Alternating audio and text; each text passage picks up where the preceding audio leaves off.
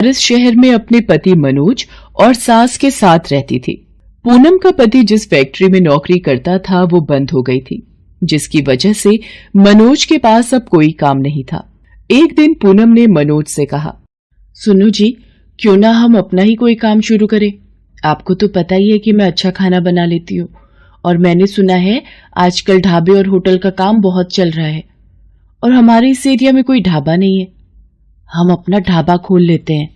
पूनम, तुम्हें पता है हमारे पास अभी इतने पैसे नहीं है कि हम कोई काम शुरू कर सकें, और ढाबे पर लगाने के लिए हमें पैसे चाहिए। हमें सब कुछ देखना पड़ेगा, और जब ग्राहक हमारे खाने को पसंद करेंगे उसके बाद ही हमारी कमाई शुरू होगी। पैसों की चिंता आप मत करो। शादी के बाद माँ ने मुझे जो सोने की चेन और अंगूठी दी थी, हम उसे बेचकर पैसे इकट्ठे कर लेंगे। पर इस तरह मैं आपको मायूस बैठा नहीं देख सकती। मैंने आपसे शादी की है तो आपका हर दुख सुख में साथ निभाना मेरा कर्तव्य है।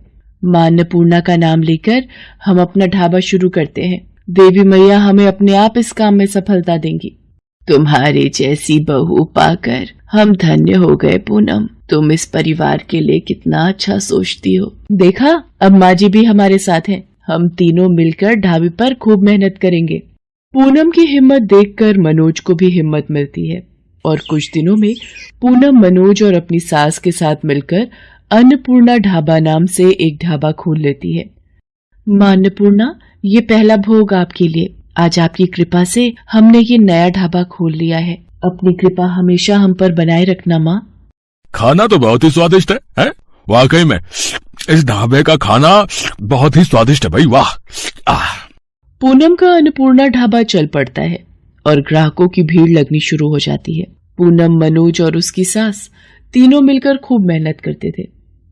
सुबह से लेकर रात तक वो लोग ढाबे पर खाना बनाकर ग्राहकों को देते थे। ढाबे की बढ़ती बिक्री देखकर पूनम और मनोज दोनों बहुत खुश थे। पूनम, आज तुम्हारी हिम्मत की वजह से हमने ये ढाबे का काम शुरू करा तो आज चल गया। अब हमारी अच्छी बिक्री हो रही है। मेरा मन है कि तुमने मुझे जो सोने की चेन और अंगूठी बेचने के लिए दिए थे, मैं धीरे धीरे पैसे जोड़कर तुम्हारे लिए एक सोने की नई चेन, अंगूठी और कानों की बालियां भी बनाऊं। मेरा असली गहना तो आप और माँ जी हो। आप दोनों का साथ ही मेरे लिए सबसे ज्यादा जरूरी है। अभी मुझे कुछ नहीं चाहिए, और आज ये सब कार्य मां अन्नपूर्णा की ही कृपा से संभव हुआ है। आज उन्हीं के कारण हमारा ढाबा बहुत अच्छा चल रहा है। बस देवी मैया इसी तरह हम पर कृपा करती रहे। जय अन्नपूर्णा मैया। पूनम और मनोज दोनों ही बहुत खुश थे, पर अचानक एक रात बहुत मूसलाधार बारिश और आंधी तूफान आ जाता है, जिसमें पूरा ढाबा टूट जाता है। पूनम और मनोज बहुत दुखी होते हैं। उन्होंने बहुत मेहनत से ढाबा बनाया था, पर बारिश आंधी तूफान में सारा ढाबा टूट गया और जगह जगह पानी भर गया। पूनम ढाबे को ठीक करने की कोशिश करती है। वो फूट फूट कर रोने लगती है और माँ अन्नपूर्णा को याद करती है। अन्नपूर्णा मैया, मैंने आपका नाम लेकर ये ढाबा खोला था, पर हमारा ढाबा टूट गया। सारा काम खत्म हो गया। सब मेहनत बेकार हो गई। मेरी मदद करो माँ, मेरी मदद करो। नारायण नारायण। माँ, आपकी भक्त पूनम बहुत दुखी है, उसकी सहायता कीजिए देवी माँ। देवर्षि नारद, मैं जानती हूँ पूनम का विश्वास मेरे से जुड़ा है। पूनम ने सच्चे हृदय से मुझे पुकारा है। मैं उसकी सहायता करने अवश्य जाऊंगी। आपकी लीला अपरंपार है देवी मैया। जय अन्नपूर्णा माता की। पूनम की प्रार्थना को सुनकर देवी अन्नपूर्णा उसकी मदद के लिए एक बूढ़ी औरत का रूप धरकर उसके पास आती है। बेटी, बहुत भूख लगी है, तुम्हारे ढाबे से कुछ खाने को मिलेगा? माँ, कल रात आंधी तूफान और बारिश में हमारा पूरा ढाबा टूट गया। अभी तो सब जगह पानी भरा हुआ है। चूल्हा गीला है, उसमें पानी भरा हुआ है, वो भी नहीं जल पाएगा। मैं आपको क्या खिलाऊं माँ? मेरे पास कुछ लकड़ियाँ हैं, इन्हें चूल्हे में डाल दो। ये लकड़ियाँ जरूर जल जाएंगी, फिर तुम इस पर खाना बना सकती हो।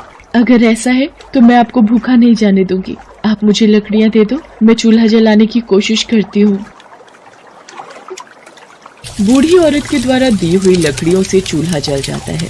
जिस चूल्हे में पानी भरा हुआ था वो बूढ़ी औरत की दी हुई लकड़ियों से जल पड़ता है। ये देखकर पूनम, मनोज और उसकी सास हैरान रह जाते हैं। पूनम गरम गरम खाना बनाकर उस बूढ़ी औरत को खिलाती है। मैं तुम्हारी सहनशीलता और सेवा से बहुत प्रसन्न हूँ। तुमने इतनी कठिनाई के पलों में भी मेरे लिए समय निकाला, ये देखकर मैं बहुत खुश हूँ। और फिर बूढ़ी औरत माँ अन्नपूर्णा के रूप में आ जाती है। पूनम, अब ये चूल्हा हमेशा जलता रहेगा। इस पर जितना भी भोजन बनाओगी उसका दुगना हो जाएगा और तुम्हारे ढाबे पर हमेशा ग्राहकों की भीड़ लगी रहेगी। जो भूखों को भोजन खिलाता है उन पर मेरी कृपा हमेशा बनी रहती है। मेरा आशीर्वाद सदैव तुम्हारे साथ है। अब तुम्हें कभी कोई दुख नहीं होगा। हे देवी मैया, आज आपके दर्शनों को पाकर मैं धन्य हो गई।